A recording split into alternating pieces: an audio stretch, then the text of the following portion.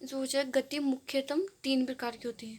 ये आपके कक्षा 11 का क्वेश्चन है, जो कि एग्जाम में आपके थ्योरी वाले क्वेश्चन में पूछा जरूर जाता है। 4 नंबर का आता है ये क्वेश्चन, और ये वेरी वेरी मोस्ट इंपॉर्टेंट है।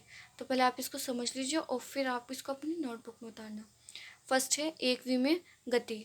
इसमें 3 गति होती है, 3 प्रकार की होती है गति। फर्स्ट आती है एक वी में गति, फिर आती है द्विवी में गति और फिर आती है त्रिवी में गति।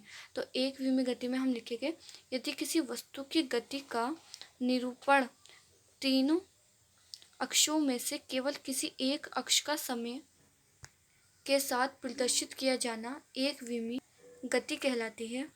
जैसे सीधी पटरी पर दौड़ती रेलगाड़ी, ऊपर उछाली गई गेंद अथवा किसी अनंत समतल पर चढ़ता व्यक्ति आदि। अब लिखेंगे सेकंड, द्विवी में गति। यदि किसी वस्तु की गति का निरूपण तीनों अक्षों में से किन्हीं 2 अक्षों से अनुदिश हो, ऐसी गति को द्विवी में गति कहते हैं।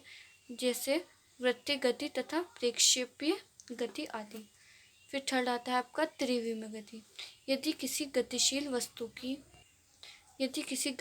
वस्तु की गति व्याख्या करने के लिए तीनों निर्देशांक अक्षों के अनुदिश हो तो ऐसी को त्रिवी में गति कहते हैं। जैसे XYZ, तो इसे लिखेगा जैसे किसी सिलेंडर में बंद गैस आदि।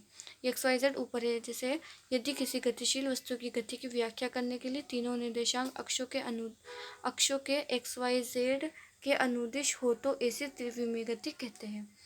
किसी सिलेंडर में बंद गैस, ये इसका एग्जाम्पल है। वीडियो अच्छी लगी हो तो प्लीज़ वीडियो को लाइक करें एंड चैनल को सब्सक्राइब करें।